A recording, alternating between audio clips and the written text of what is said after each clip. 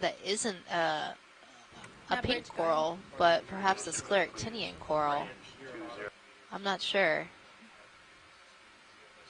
It's interesting to note as well that the local community, as in just on this relatively flat area, definitely appears to be more coral dominated than sponge dominated. Now we're getting into coral land. Oh no, it is a pink coral. It just, there's so much of it, so brambly.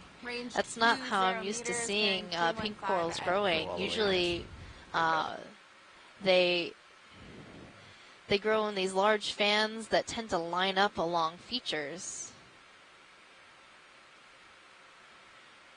And as we get this close view, you can look at the texture along the main axis of these branches. It's not that sort of bumpy, knobbly texture that you're used to seeing when we look at Paragorgia corals or bubblegum corals.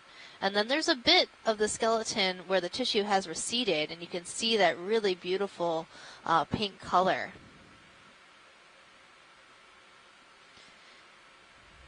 And so this coral is relatively fragile. So if you were to collect a piece of it, it would break easily. And say if a fish were to swim by and right into this coral, it would shatter into pieces, which is something I have observed during a dive.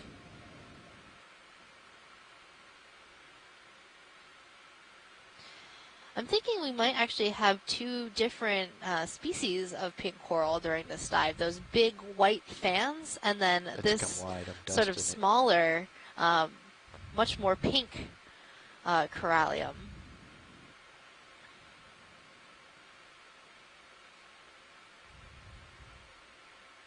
And a small outcropping of those distinctive pink sponges that we just collected as well.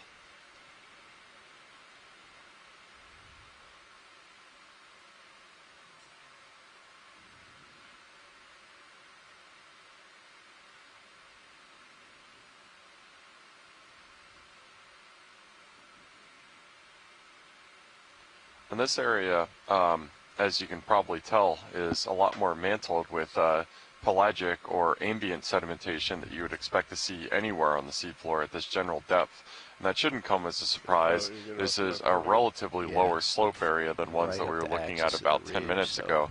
I'm looking at our navigation computer right now, and the isobaths, or the lines of equal depth, are more widely spaced apart in the area that we're at than we were a minute before. So this is kind of a local decrease in gradient, resulting in a more gentle slope where you can get sediment accumulating instead of just sloughing off those really steep walls. That's going to take you a ways off. I might come to an easy step here. Can we get a zoom on that starfish to the lower right? Yeah. I agree.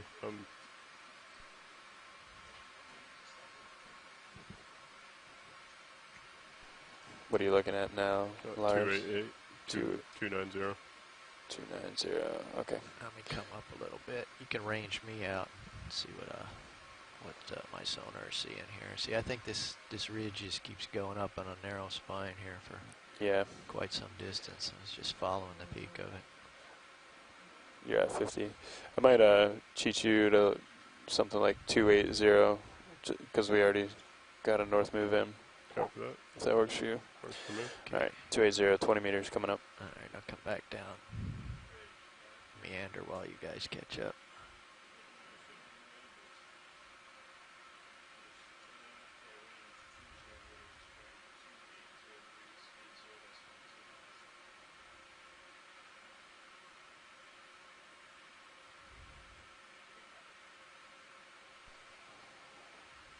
All right, that should bring you a little closer there, Lars. We're drifting back around to get into focus of the slope. It looks like we're getting back into the steep and really rubbly terrain that we're seeing above. And this kind of rugose and really bumpy bottom should be no surprise, considering that seamounts and volcanic areas generally grow laterally by means of sloughing off their sides. Generally, once they get exposed to the marine environment after extrusion, joints start to appear and form and pieces slough off.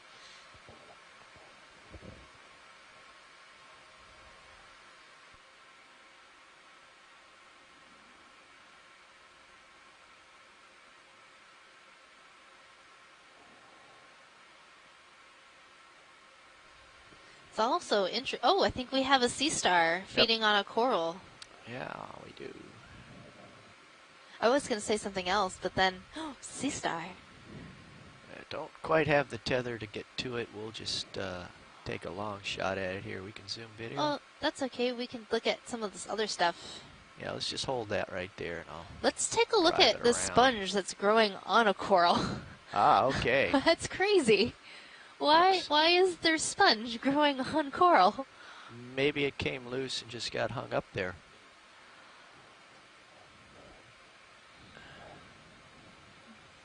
Yeah, I'm at the end of my tether, so I'm bouncing around a bit here. Just let her float. Well, in any case, it doesn't matter what we look at. There is some really cool stuff here. We're seeing some bamboo coral, some more of those really large vases. This sort of the pink coral, Scott France in the chat said that it could be Corallium niobe, or no, he said Corallium bathyrubrum, and then the large white fans could be Corallium niobe, which is a white morph, has a white morph, and has been seen in the Northeast Seamounts. Is that a sponge growing within a sponge? Yes, it's spongeception. So this is a dead sponge with live sponges on it. Which isn't unheard of. We have seen sponges growing on dead sponges, and we've seen corals growing on dead corals. And here I think it looks like real estate is at a premium. Everybody's vying for their space, and everything seems to be growing on everything else. This is a really dense deep-sea coral and sponge community, and sometimes it's hard to see where the corals start and the sponges begin, and vice versa. Hey, Megan, this is Chris Ma. Hey, Chris. Hey, I caught that brief mention or shot of that sea star feeding on a coral, and I wasn't sure if you were getting back to it, but I recognized it just from the surface that we saw. That's Evoplosoma. That's like the #1 sea star predator of coral. And I described a species of Evoplosoma from Bear Seamount a couple of years ago after it was named for Les Watling, actually, Evoplosoma watlingi. We didn't get a look at it really closely, the one that was here, but I suspect that it's probably Evoplosoma watlingi, since, just because it sort of looks like the one. Oh, there we go. Yeah, that sort of looks like the one that I described from, I think it was 2010 or 2011, something like that. Another one. The Evoplosoma is a fairly widespread genus of sea star, and as you know, it's a really well associated species with a lot of these corals. They extrude their stomach onto the tissue and digest them. Usually they are fond of isitids, bamboo corals, and I'm not quite sure why, or if that's a specific preference, or if that's just they're attracted to them because they have the most nutritive tissue to digest, or if there's some other reason. There are still a lot of mysteries, and you've commented on several occasions, both you and Jeff have commented about how a lot of times these observations are literally just our first stab in the dark as far as understanding the ecology and the biology of these things. And where these sea stars are concerned, it's certainly the case, because a lot of times we're just now observing them for the first time feeding, and it's not unusual to see them doing something that we really didn't expect them to be doing. There are a lot of times when I see a lot of these dead coral colonies and they're denuded. The tissue has been completely removed, usually from the bottom, and I wonder if maybe a sea star had been responsible for that. And there are a couple of papers I was just reading about how sea stars contribute to the reduction of certain sponge communities in certain areas, and so in shallow water. And so, it could be that even one sea star could have a meaningful impact on the ecology of these animals in terms of their physical presence in an area. So this one could be, it might move very slowly by our standards, but it could be feeding on these corals for, years, if not longer. So, and have an impact on the community structure, which ones are older, younger, faster growing, et cetera, relative to, a number of variable factors. So every observation that you guys make with a sea star present, to me, has incredible value. So I appreciate it. Well, we appreciate you calling in and telling us all about this really cool sea star fitting on a bamboo coral. Just come wide, please, Peter. Well, always a pleasure to call in and hear both of your entertaining narratives. So, and it's a great site today. So hopefully there will be another starfish to look at soon. Well, if I was a starfish that fed on corals, this would be a great place to be. Well, I get the impression that if I hung on long enough, something else would show up eventually, because the sponges here are definitely Ceramaster chow, and I would be surprised if we didn't see a goniasterid in the next 15 or 20 minutes. So anyway, I'll let you get back to it. Watch me call back in like 2 minutes as soon as I hang up. That's the other fun part of this. Thank you. I'll talk to you soon. Thanks, Chris. Bye-bye. Bye. Starting to get a little bit out there, pilot. Okay. Should be catching up here shortly.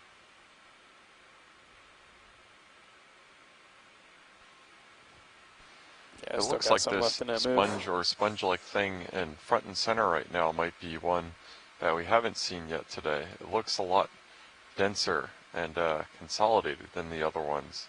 I don't know if that might just be an optical illusion, just given how far it is away from Deep Discover right now. Let's zoom a little bit, video. Zero in on it. Where away there, Jeff? To the upper right. Upper right. Relative to, I'm driving the lasers. Yeah, now. Talk me in. Now center top. Center top. Coming up. In the You background? Yeah. Co-pilot? Okay. You're coming up on it right now. That thing? What was your last move? Yeah, there we That go. little bit? Okay. It was 20. We might be able to get Is there a... another To one the on left the, right now. to the top of that? Yeah, top I'm left. just looking whether I could put a toe down and get Okay. you tight. Yeah, what zoom is it? here.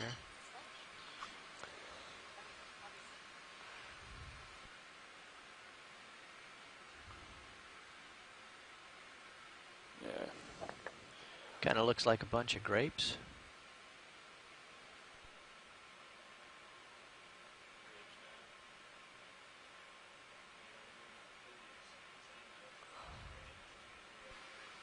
Yeah, so we're trying to stabilize ourselves right now in this current, and it looks like in the background, again, is some kind of denser sponge that we're trying to get a little closer to get a look at. Megan has stepped out to lunch. During these long dives, we have to obey our own personal biology. So I will not be able to provide any sort of useful information in terms of what the sponge is, but I will do my best to describe it given what I've learned so far. Oh wow, this is one that I wasn't even looking at. It's really interesting looking. It's got a lot of ruffles within it. It kind of looks to me like kind of a hop plant if you've ever seen that before. And I have to guess that this really dense clustered arrangement is beneficial in terms of surface area for filtering the water. But this is definitely a morphology of sponge that we haven't seen so far.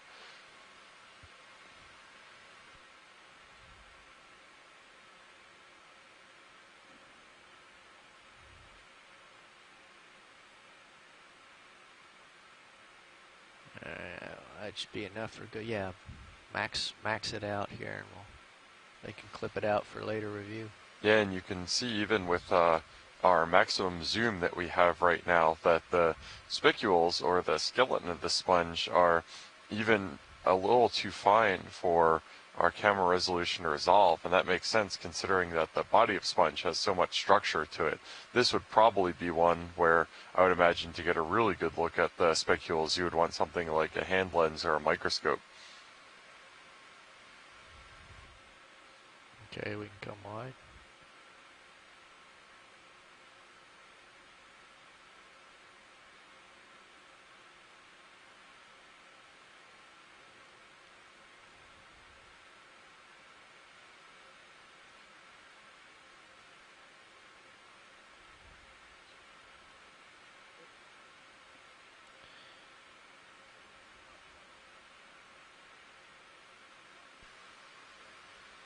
Pilot, can we do a kind of pirouette around that grape-looking sponge that we were just looking at to look at the backside? Sure. Yeah, Scott France, our OER science program advisor on land and deep-sea sponge and coral expert, was just saying that we were probably looking at the back of a sponge that might be familiar from the other side. I would not be familiar with the back or front of a sponge, even just based on that orientation, but the best guess from Scott is possibly a phorea, and says that it is probably growing from a stalk. We've seen a couple of those other stalked sponges so far on this expedition. We haven't gotten a close look from one. It was interesting to see the stalked ones because they were anchored in soft sediment substrate or little pebbles covered in sediment when we last saw them, when this is most definitively hard ground that they're anchored directly into. Yeah, I see what he wanted to see. How am I doing on that? Hit a rock. Okay, I've just got a toe down. I can get the shot here. Video, let's zoom.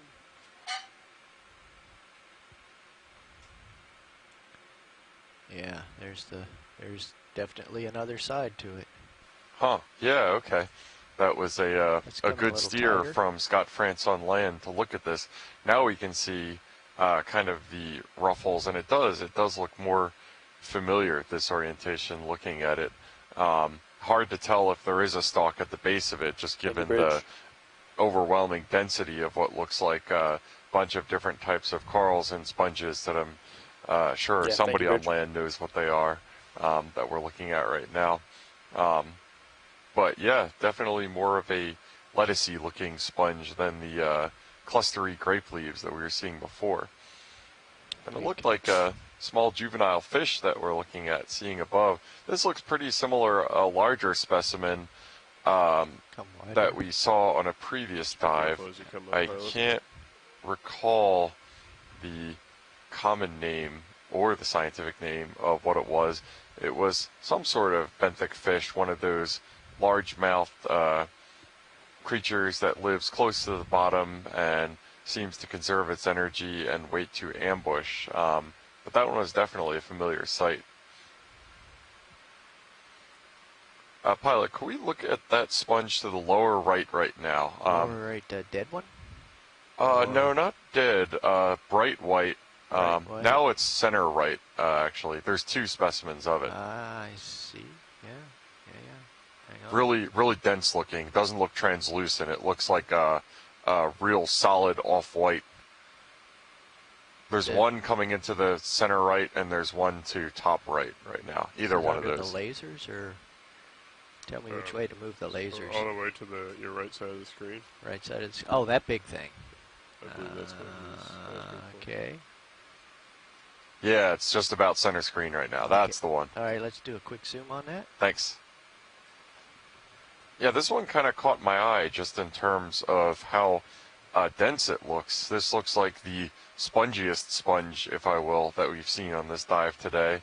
And if we can get to a more solid ground and take a closer look at it, I suspect that the density of the spicules or its internal structure will be a lot more closely knit than the ones that we saw before. So yeah, we can find a parking spot here. Let's come wide, video. Looks like over your starboard's pretty clear. Yeah, I just don't want to mash anything. There's coral right under me, right here. Let's pirouette around. as Megan was saying a little bit ago, the orientation of these spicules or the skeleton of the sponge kind of determines its body consistency. And the ones that had the more sparsely interweaved will probably be more of a crunchy or a fragile one, while this one, again, to me, just looks a lot more woolly.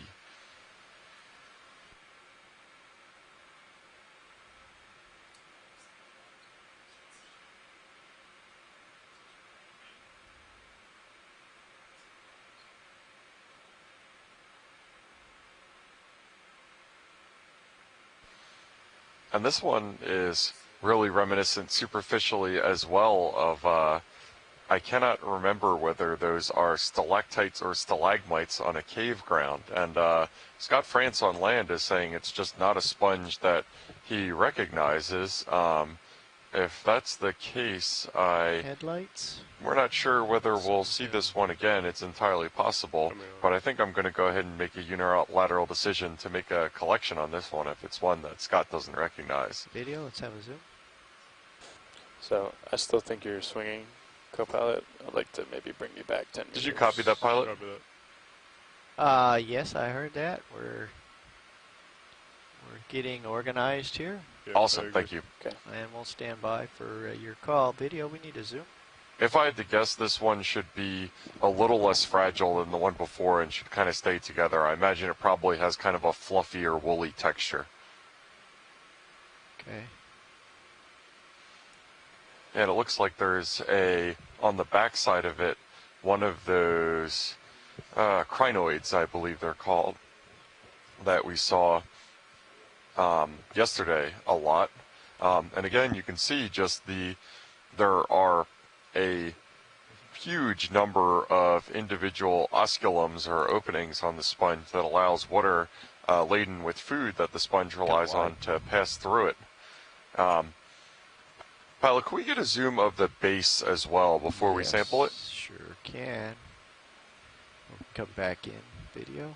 And another interesting thing about this now that we're zooming in on the base is it looks like its holdfast, or where it's attached from, is fairly wide and composed of a pretty large number of individual tendrils. So it's an open question whether it kind of just grows those as needed for support as the sponge grows larger, or whether it just has a wide base to begin with.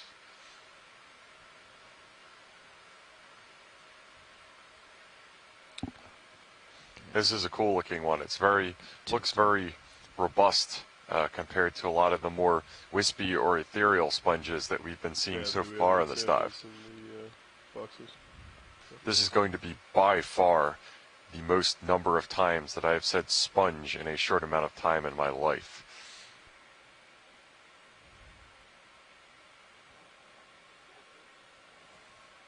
Good. Well, I'm going to take the mini up onto my All right.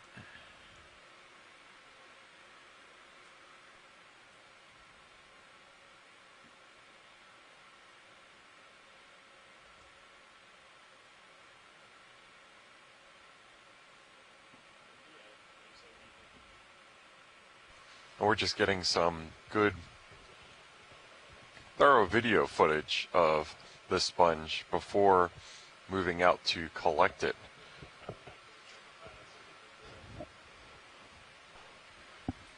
It's fine by me. We're pretty The safe largest advantage, Okay. to my You guys mind, good with the heading of change? They wanna this come around, method Jason, of come ocean around? exploration Wide video. is being able to collect both data in situ, as in coming to the organism or the particular geological formation's native habitat and documenting it there, as well as getting physical samples.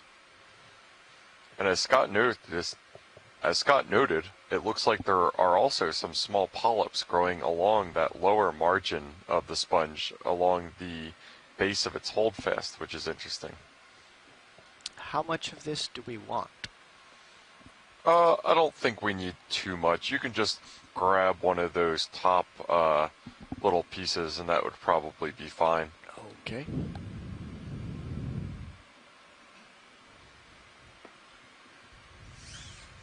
You were spun up and ready to go, pilot. Thank you, Lars. Why don't you max out your down rotation on your on Sirius? It's already maxed Yeah, so out. bear with us as we get squared nowadays, up yeah. for sampling. I believe this is going to be a manipulator arm job, so we'll need to extend the sampling tray of Deep Discoverer and then bring forth one of these manipulator arms that you can see coming into your picture right now to just pluck a small subsample of the sponge for identifying genetic and cataloging purposes. Where's my knife? Knife on bottom.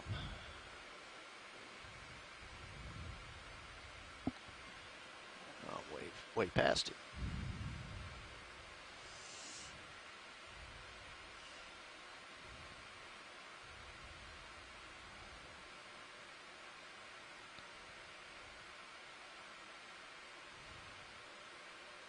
You might have to come up a little bit, co-pilot. Your slant range is 10. Copy that.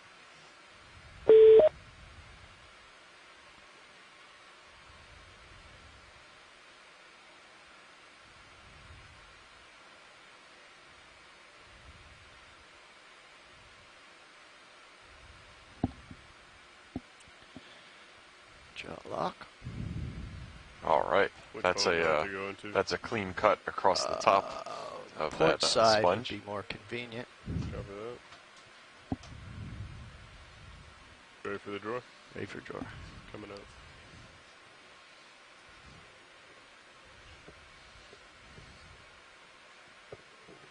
Might bump there on the port side. That's okay. Yeah, it might push you out a little. That's okay. Coming out.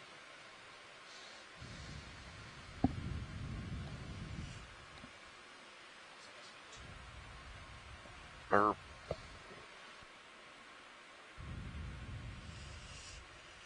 Okay, hold in there. I'll come down 1 minute.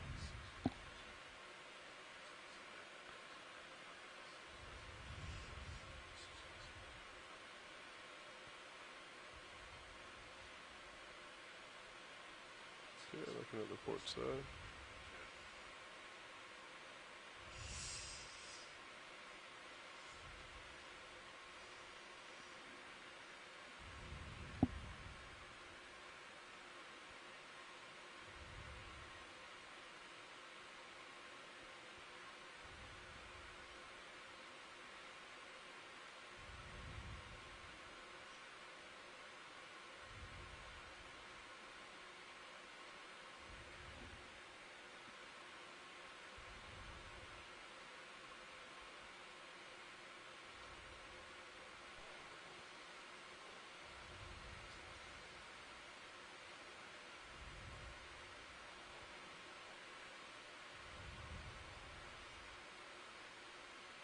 Was in drawer.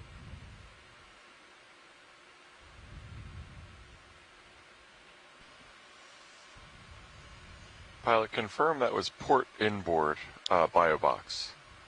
I can confirm that. Thank Port you. inner. Okay, yeah, so we just gave that sponge a nice Why don't you keep haircut coming up there, to take as a co-pilot? sample, Copy.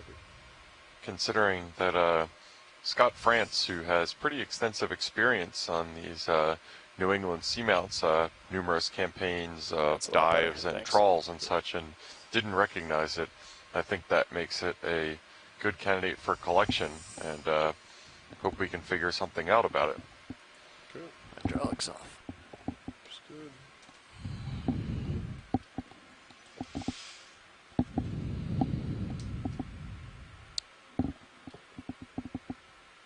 Taking back my camera. Oh, sorry, menu. I'm taking it back. Oh, actually, it looks like the shoulder's down. I don't know why high, but I'll get it up. Copy bridge 070, thanks.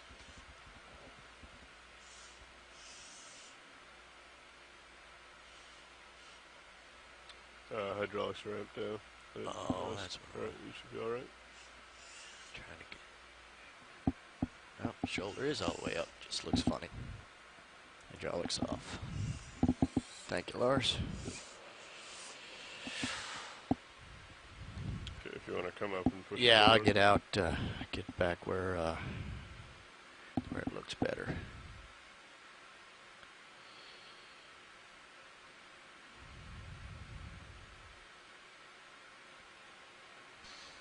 And it looks like there's at least one more specimen of this sponge that we can see in our lower right now. We're ascending up and getting back off the seabed to continue our exploration of Retriever Seamount. Yeah, this is dive number 9 of EX1905L2, the Deep Connections cruise, in which we are focusing on submarine canyons and seamounts in a transboundary expedition starting in Canadian waters and transiting into U.S. waters. Like you need to pull up. We are well into the U.S. leg of our cruise, and we have moved from submarine canyons to seamounts. We are currently on Retriever Seamount. Yeah. This is probably going to be our deepest benthic dive of the expedition. We made bottom at about 2650 meters, and we are currently about 2580 meters of water depth. And since we landed, it's just been pretty uniformly really steep volcanic igneous terrain of the walls of the seamount, as well as talus fields at the base of it, and just uniformly encrusted by a enormous variety and volume of sponges as far as the eye can see.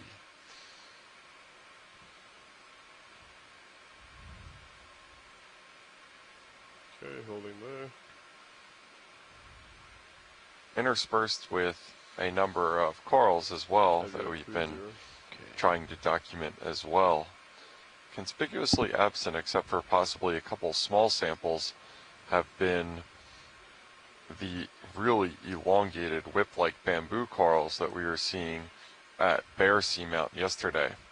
And I could think of a huge variety of reasons why those whip bamboo corals could be absent from this. Could be geographic distance, meaning that that particular variety, I believe clade is the term, hasn't settled on Retriever Seamount. Could be a preferred depth range. We're diving deeper than we were yesterday. Could be a number of things. But really prevalent in this area has been this kind of what we were calling sponge cake sponge. The yellow sponges with the white interiors that you're probably seeing numerously across the field of vision right now, that may or may not be two separate sponges living together. I don't know if... Hi, Jeff. It's Scott France here, and you just made a really interesting point. I don't know why I didn't make this observation myself, but about the bamboo corals. And I just had a look in my database, and sure enough, we have not collected those tall bamboo whips on Retriever Seamount. And so that suggests to me that we didn't actually see them here, because the expedition that we were doing, we were trying to get samples of as many species from as many different seamounts as possible to do the sort of population genetics connectivity. So that's a fascinating observation. There are bamboo corals on Retriever. The ones that we saw and collected, according to my notes here, were quite small, bramble-like, or the Acanella bush type. So if we see any of those bigger ones, that'll definitely be something to take a note of. Yeah, thanks for confirming that, Scott. I believe that I saw, unless my eyes deceive me, one small bifurcated whip on this dive so far. I'll have to go back and confirm that, but definitely none of the really elongated ones. As well. In fact, just when you were collecting the sponge, I noted behind it that there was a small colony that had this really interesting, what you might think is a random pattern of growth, where it seemed to grow upright from the substrate for about 3 or 4 inches, and then it almost takes like a right-hand turn, 90 degrees, and then continues to grow upward. And we saw that repeatedly on this cruise we just came back from the North Pacific, and we decided that must be an actual growth pattern for a particular species. So it was really cool to see there. One other thing I wanted to note, when I first tuned in there about 30 minutes ago, you were in this dense patch of the pink corallids, the precious corals. Pardon me, like the one we're seeing right here below the sponge. Sorry, hang on.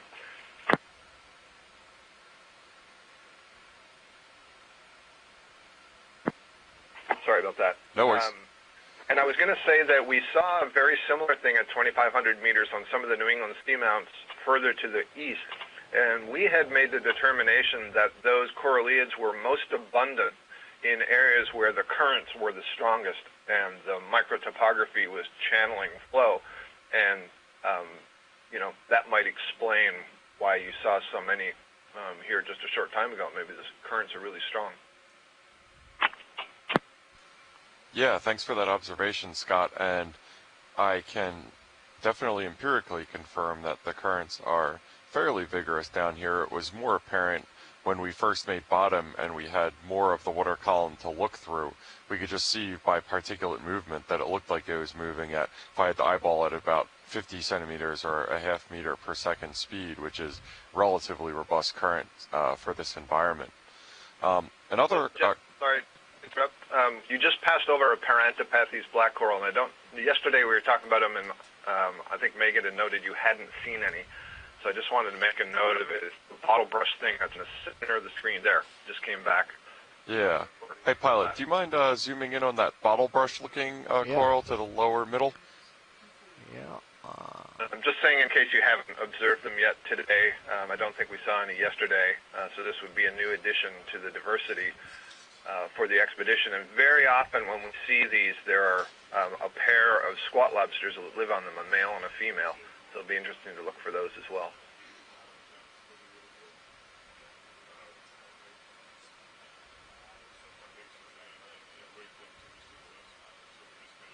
Video, we can. Oops, no, we can't zoom. Hang on. Hey, Scott, while I've got you here, those really curly whip bamboo corals, Okay, we can do you zoom. happen to know if those are found to seamounts to the southeast of Retriever? As near as I can tell from my database, they are not on Retriever. Okay. I have no record of any of those bamboo corals on Retriever, and I don't recall the earlier Okeanos Explorer dives on the other side of Retriever. I'd have to check that out. So now that we've zoomed in, this is not a black coral at all. This is actually a Chrysogorgia, one of the member of the golden corals, the Chrysogorgiidae. Have these very delicate branches with these pink polyps that almost seem perched on them like birds on a wire. Yes. And very characteristic geometric pattern to the branching. If you were sort of to be able to clear through all the polyps that are in the way, you'd see the main axis almost looks twisted or bent. It's kind of rotating around its axis and then putting out branches at a very regular interval, such that we can count the number of branches or the number of rotations it takes to have one branch come directly above another, and that's one of the ways they use to describe and identify these things. Yeah, I think I could see that twist now at the end, now that you mention it. The other thing is you can see the polyps themselves appear swollen and sort of white in color. I think they're probably packed with gametes, either eggs or sperm bundles. Thanks, Bridge. Right now. We can come Good wider reproductive now. state. Whole thing. Yeah, and it's also notable, I don't think I've seen any of these Chrysogorgid, I believe you said it is, without the little red either amphipods or isopods. I can never tell them apart, also living along the branches. Yep, usually amphipods, and very often you find some shrimp in there, and the shrimp kind of hang out in the Chrysogorgia colonies also when they're reproductive, so the female will be carrying eggs, and it seems like it's a good place for protection. This is a pretty good indication of the current right there, the way that thing is sort of blowing in the wind. Yeah, that seems to be another pretty common association. It's interesting. So what about just to the left of that yellow sponge? Sorry, I know you're zooming out. Can you just zoom back in quickly? Sure. Pilot, could we get a zoom on that other bottle brush one just to the lower left of one of those volleyball sponges, the yellow and white ones? Pilots sorry, I have to are remember doing the a delay. change right now, so The phone and the video, I think you'd already moved away from they it. were passing off the headset. You might have to say that again, Jeff. Yeah, sorry, Scott, we're undergoing a shift change right now, so. No problem. There's lots to look at here.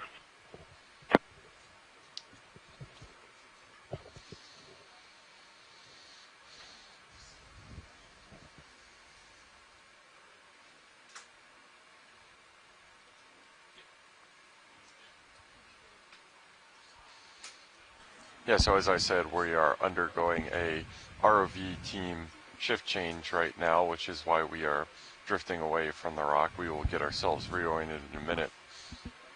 But it's just nice to take a step back and just look at the incredible volume and diversity of sponges and corals that we've seen so far on this dot.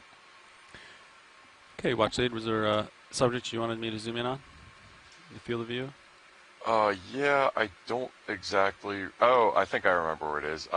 Top middle, right above that shelf-like sponge, there's one of those little volleyball sponges, white with yellow around most of it, and there's going to be another one of those little bottle brush things to the left of it, immediate left. And if you could zoom on the bottle brush thing, that would be great. Is it coming center? Yep, you got it. All right. Lasers are almost on it. All right.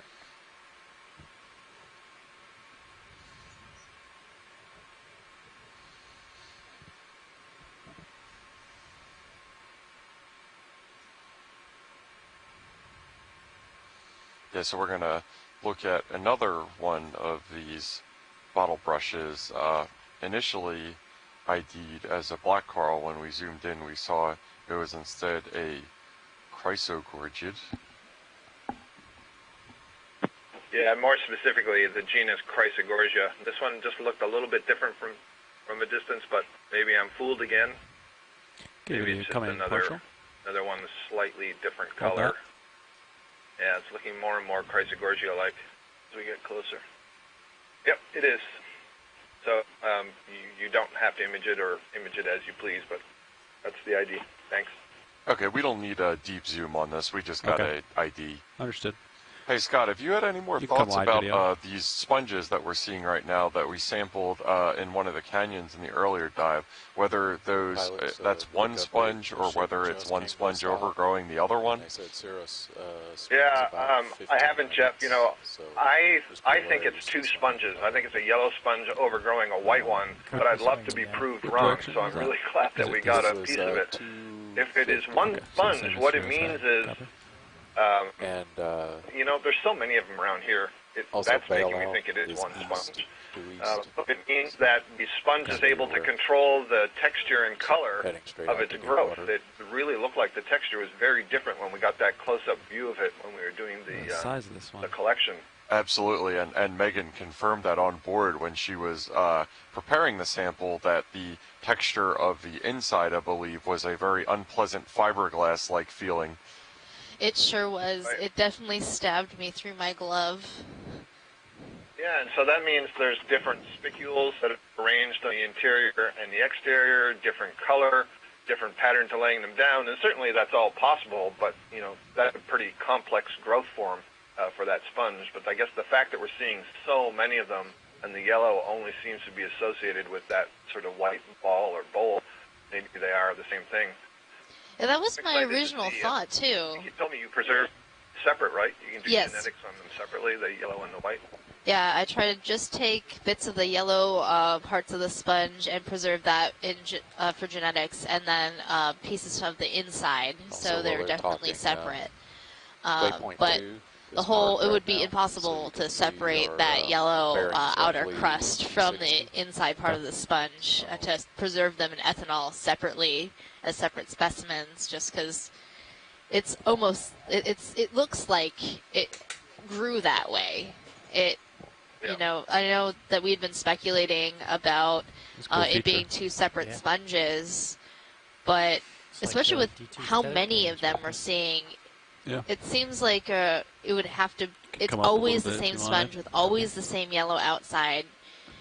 It would be strange to always have the Come up two with, separate sponges coming always down. on each other, Just a couple meters. right? Right, and so I agree, but we know that that's not impossible. You know, we see the Metallogorgia opiocrius relationship. You've always got the same species of ophiuroid associated with that coral. We know that sort of relationship is possible, but yeah, maybe it's unusual, but I'm certainly excited to find out in the months to come what's the deal with that sponge or sponges. Yeah, I'm excited to learn more about it too. Want to go to 30 or 20? How about 20? This is just an amazing 20 looks community good. Yeah, there you go. on this basalt wall. So this is all igneous rock, It's like steep walls. Yeah. as our geologists would tell us, that has been coated in a manganese rine, which slowly accumulates over many, many years, so in some cases millions of years. And the thickness of that rine can tell us a little bit about how old the rock actually is.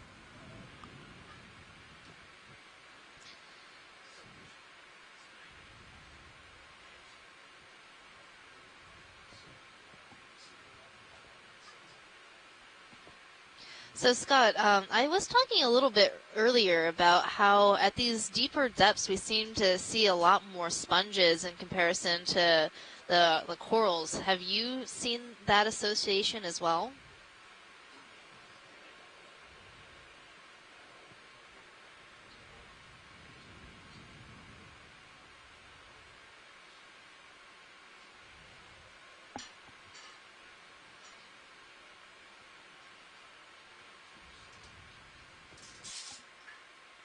Wow, this is cool.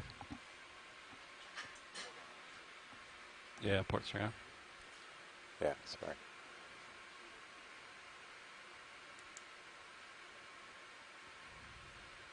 It's a cool wall. I know, it's awesome.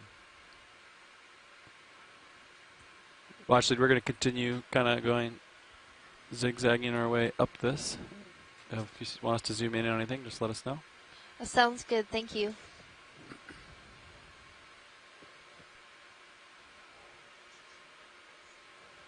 I'm going to rotate down for a moment, Pilot.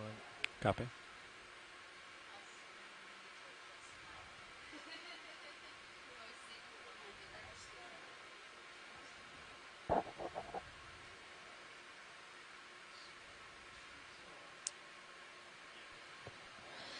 So if you're just joining us, welcome to Retriever Seamount. This is Dive 9 of the Deep Connections 2019 expedition exploring canyons and seamounts along the northeast Atlantic. This seamount, Retriever Seamount, is one of 4 seamounts, part of the Northeast Canyons and Seamounts Marine National Monument, which is really exciting to see how dense and diverse this community here is on Retriever Seamount. It really reiterates how much of a special place these seamounts can be, and they're a really great place for science because there is no commercial activity in this area. These areas are protected from that. It's a great place to do science. And within the monument, we can do these surveys and explorations. This is the first time we've ever seen this seamount on this side, and seeing these really amazing sponge communities and coral communities here. And this survey is really going to help us learn how these areas of our ocean are connected, and a little bit more about the range and diversity of the community at these depths. In addition, the marine monuments really help scientists who are studying the impacts of human activity on our oceans by comparing these relatively pristine areas of the ocean. So they're like living laboratories for our explorations.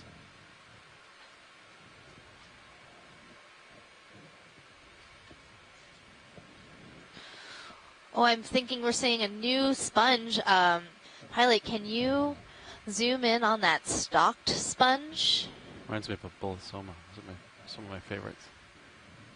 I was totally going to say it's one of my favorites. This is the sponge that if I could like make a sponge lamp this would be it. This sponge is known as Zachycalyx. It's a type of euplectellid sponge Frame it up. that has a very long stalk. And it's pretty characteristic by its very bubbly looking outside. And at the top, as we look down into it, you can see the openings and the holes of the osculum. Stock sponge, yeah. And I just always imagine this sponge as like a nice floor lamp. And sometimes the head of this sponge can get really wide and frilly, and they're absolutely beautiful. I'm going to try to... So this is a Zachycalyx glass sponge. We can do it floating, I guess. Yeah. It's also the first Zachycalyx I've seen so far. One more sponge for sponge diversity. Sure. Do you want me to pull in the starboard swinger? Yeah. Sure.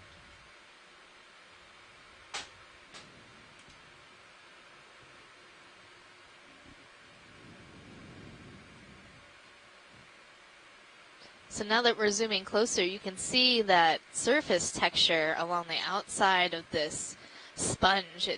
It looks knobbly and has a lot of surface area, and you can see all those small little holes, and all those holes are really important to the sponge for bringing water into the sponge skeleton and bringing both water and food particles to the cells of this sponge so that they can feed.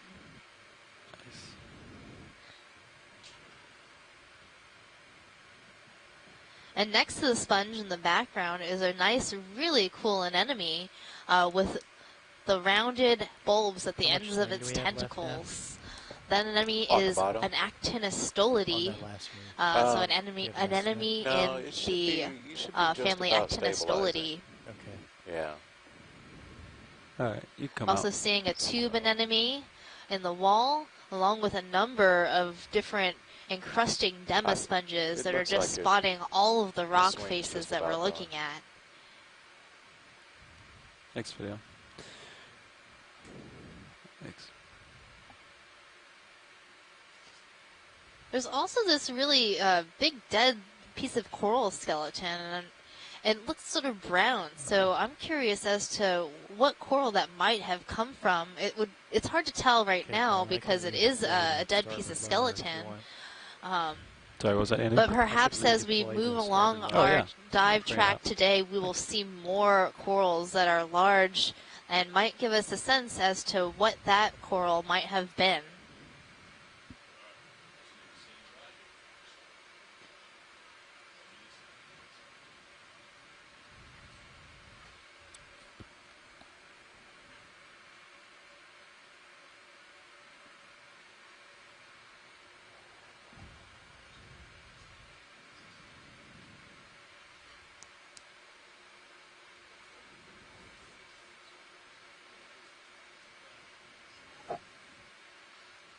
So every time we do a dive, I'm always impressed with just how breathtaking some of these landscapes can be, or seascapes if you were.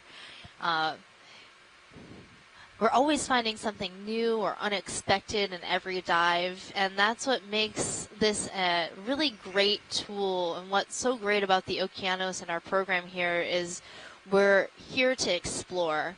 No one's ever seen this before, and sometimes we know exactly what something is, but what's the most exciting for me and for a lot of people is that these explorations bring so many questions and so many new things.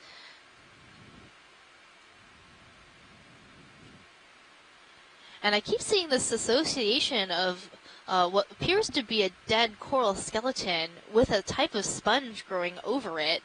That's definitely a new one for my book. I have seen sponges growing on other sponges, and I have seen a sponge stalk being colonized by another sponge growing out of the stalk, but this sponge just sort of almost fully encrusting this coral skeleton is very interesting.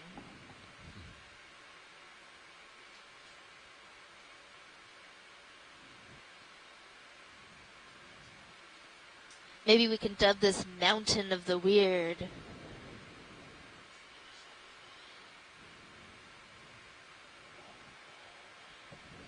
It's a beautiful sponge garden with many corals and sponges of all different types and sizes and shapes and colors. And the more you look, the more you see. Pilot, can we get a snap zoom on that yellow coral that's just about center screen, near, closer to the top, between those two yellow sponges? Is it right in the center right now? Yes, right in the center. Okay, yeah. Video, come in. I think I'm looking at the right one here. Yes, that's the right one. Okay, great. Coral, I think. Yellow, kind of coming at us. It looks like it might be a stoloniferous coral, a coral that grows on top of other corals. We're seeing these long trailing lines of polyps across the rock and then up onto this coral skeleton. And then there's also trails of these polyps across some of the sponges as well. Huh. So now it's not just sponges on corals, it's corals on sponges.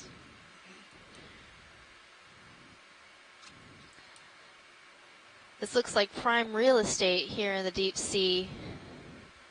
Every surface area is covered with something. Corals, sponges, anemones, zoanthids. Copy. Yeah, let's just try to get you a steady shot here.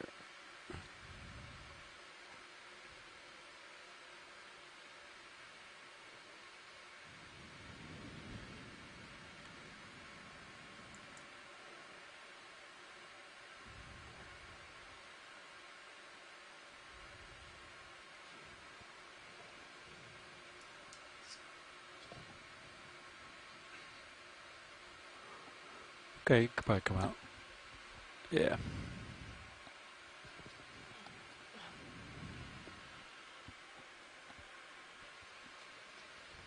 Pilot, can we also look at that sort of helmet-shaped sponge that is just above that yellow one with the coral all over it? Oh, right here? Yeah, it's center screen. Copy. Stand by one video. So the interesting thing about this sponge, I was trying to figure out what it was, and what I'm looking for is the where it attaches to the rock.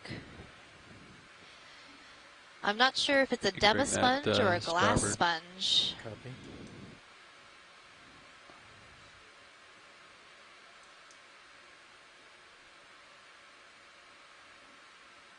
The light bar? Is that okay, pilot? Yeah. You come in. You can come in. Zoom in if you, yeah.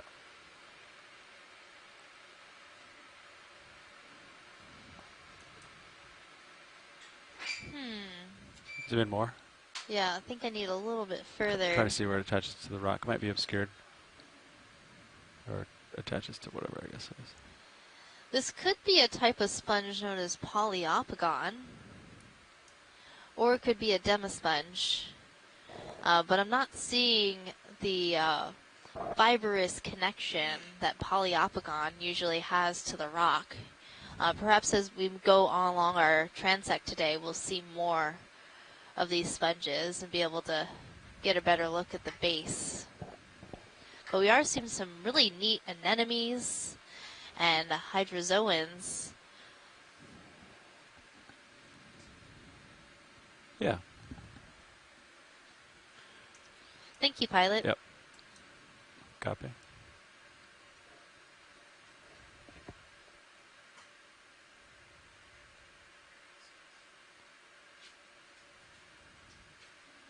All right. Take it off. Going astern. So many big colonies to dodge today. Look at it's so cool. There's the encrusted one.